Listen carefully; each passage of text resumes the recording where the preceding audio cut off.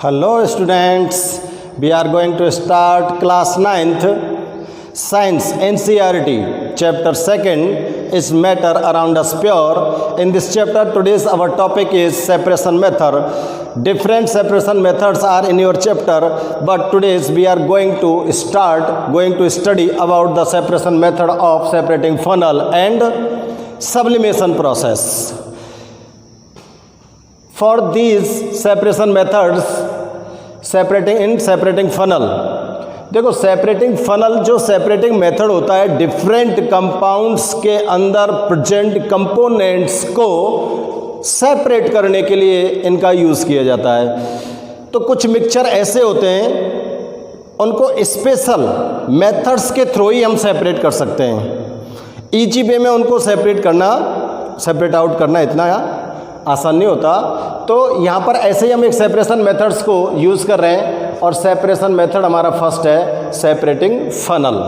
ये separating funnel जैसा कि आपको फिगर के अंदर दिख रहा है, ये एक सेपरेटिंग फनल होता है। इस सेपरेटिंग फनल के थ्रू हम 2 और मोर इमिसिबल जो मिक्सचर्स होते हैं उनको सेपरेट कर सकते हैं। 2 कंपोनेंट से मिलकर फॉर्म होने वाला इमिसिबल मिक्सचर, उसको सेपरेट आउट करने के लिए सेपरेशन फनल का यूज़ किया जाता है। जैसे कि एग्जांपल के तौर पर देखते हैं हम कि अगर मिक्सचर बन जाता है वाटर एंड ऑयल्स का, तो देखो there are 2 miscible liquids are separated by this method.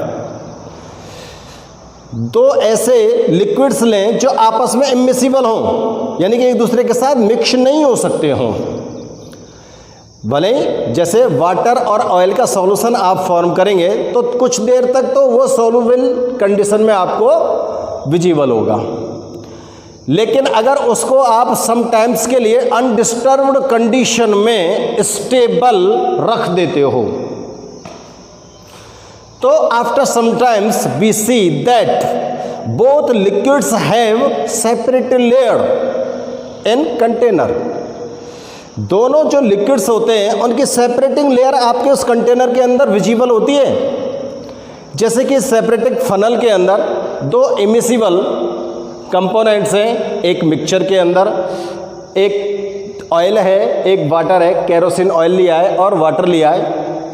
Kerosene oil और वाटर को मिक्स करके इस फनल के अंदर हमने फिल कर दिया है।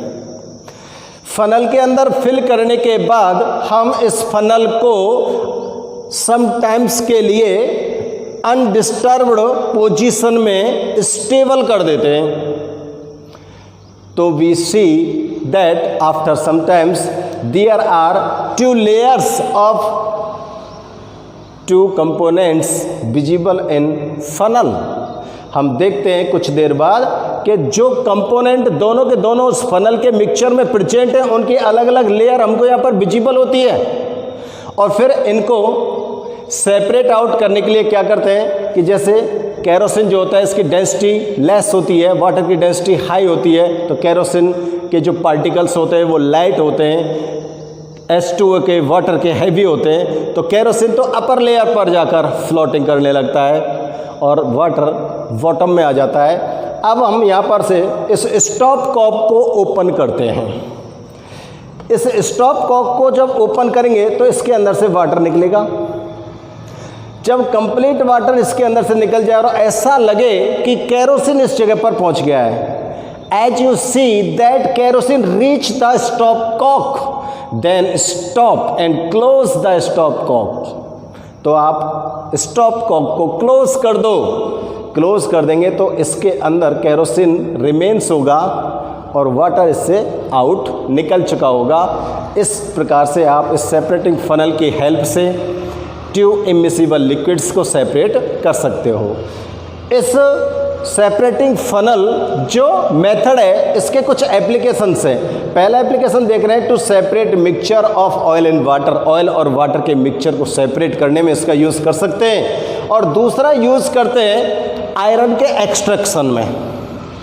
आयरन का जो एक्सट्रैक्शन होता है उसमें इसका यूज़ करते हैं। उसमें क्या करते हैं कि आयरन का जब एक्सट्रैक्शन होता है तो उसके अंदर बहुत सारी इम्प्योरिटीज़ बनती हैं जिनको स्लैग बोलते हैं। और आयरन उस स्थिति में, उस जगह पर मोल्टन स्टेट में होता है। मोल्टन स्टेट में जब कुछ स्लैग्स आयरन के अंदर प्रेजेंट होते हैं तो उसको फर्नेस के अंदर फिल करके छोड़ देते हैं। जब फर्नेस के अंदर फिल करके छोड़ देते हैं तो जो लाइटर पार्टिकल्स ऑफ स्लैग्स होते हैं वो मोल्टन स्टेट ऑफ आयरन की अपर लेयर पर फ्लोटिंग करने लगते हैं and heavier particles of molten irons are precipitated at the bottom of furnace. ये फर्नेस के बॉटम पर प्रेसिपिटेट होते हैं। तो ऊपर से स्लैग को इजीपी में सेपरेट किया जा सकता है। ये लिखा है हमने यहाँ, in extraction of iron from its ore, iron को जब उसके ओर से एक्सट्रैक्ट करते हैं, the lighter slag is removed from the top by this method. तो हल्के स्लैग को इसके ऊपर वाले भाग से रिमूव कर दिया जाता है to leave them molten iron at the bottom in the furnace. Furnace के अंदर मोल्टन आयरन जो होता है वो नीचे रह जाता है, स्लैग्स को ऊपर से हटा देते हैं। तो ये मेथड देखा हमने कौन सा, सेपरेटिंग मेथड। इधर देखते हैं बेटा हम, इधर आप स्टूडेंट्स ध्यान दीजिए, separation a mixture of salt and camphor. आपको यहाँ पर मिक्सचर दे दिया साल्ट का और कैम्फर का। कैम्फर मीन्स कपूर। आपको नमक का और कपूर का मिक्सचर दे दिया, इसको कैसे आप सेपरेट करोगे? तो देखो, जब आपके पास ऐसा मिक्सचर है जिसमें एक सब्लिमेबल वोलेटाइल कंपोनेंट है और दूसरा नॉन सब्लिमेबल वोलेटाइल कंपोनेंट है। अब यहाँ पर इस मिक्सचर के अंदर कैम्फर तो सब्लिमेबल वोलेटाइल कंपोनेंट है और salt non sublimable volatile component है। तो इस प्रकार का मिक्सचर जब हमें सेपरेट करने के लिए मिलता है तो उसके लिए हम सब्लिमेशन प्रोसेस का यूज़ करते हैं। किसका यूज़ करते हैं? सब्लिमेशन प्रोसेस का। सब्लिमेशन प्रोसेस में आप लोग जानते हो, you know very well what is the sublimation process. A process in which any substance convert into gaseous state from solid state. When a substance is converted directly solid state to gaseous state and when it condense, then it convert gaseous state to in the solid state, not come in liquid state. Without liquid state में आए solid से सीधा direct gas में और gas से सीधा direct solid में convert हो जाता है, तो वो प्रोसेस क्या कहलाती है? वो प्रोसेस सब्लिमेशन प्रोसेस कहलाती है। तो इस तरह की जो सब्लिमेशन प्रोसेस है उसके थ्रू हम इन दोनों को क्या कर सकते हैं? मिक्सचर को सेपरेट कर सकते हैं। इस प्रोसेस के लिए क्या करते हैं? देखो, एक चाइना डिश लिया हमने, इस चाइना डिश को हमने एक स्टैंड पर लगा दिया, ठीक है ना। चाइना डिश को हम क्या लगा रहे हैं? एक स्टैंड पर लगा रहे हैं।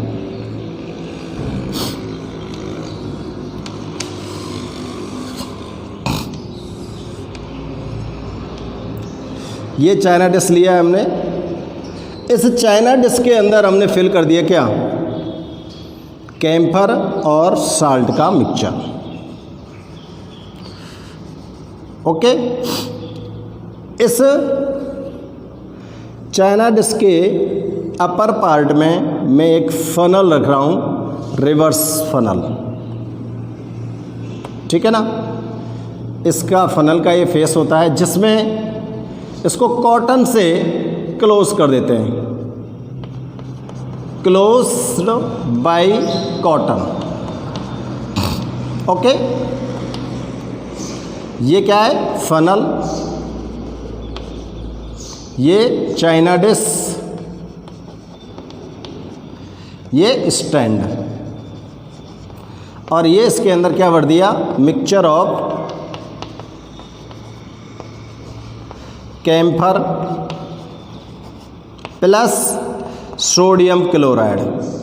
अब क्या करते हैं स्टूडेंट्स? इसको हम एक बर्नर की हेल्प से हीट करते हैं। बर्नर की हेल्प से क्या करते हैं स्टूडेंट्स? इसको हम हीट करते हैं।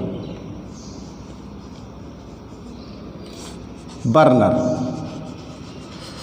अब इसको जब हीट करते हैं तो हम देखते हैं कि इसके अंदर जो कैम्फर है, कैम्फर कैसा सब्सटेंस है बताओ? सब्लिमेबल। कैम्फर कैसा सब्सटेंस है? सब्लिमेबल। और साल्ट कैसा सब्सटेंस है? Non sublimable. Non sublimable. Okay. अब जो सब्लिमेबल सब्सटेंस है, जैसे ही आप इसको हीट करेंगे तो वो सॉलिड स्टेट से डायरेक्टली कन्वर्ट होगा किसमें? गैसियस स्टेट में। तो जैसे इसको हीट करना स्टार्ट करते हो तो इसके अंदर से कैम्फर की क्या बनती है? वेपर बनती है। और कैम्फर की वेपर जो होती है वो इस फनल की बॉल्स के साथ कोलाइड होती है, टकराती है बॉल्स से। टकराने के बाद इसकी जो दीवारें हैं फनल की, इन पर वो जम जाती है।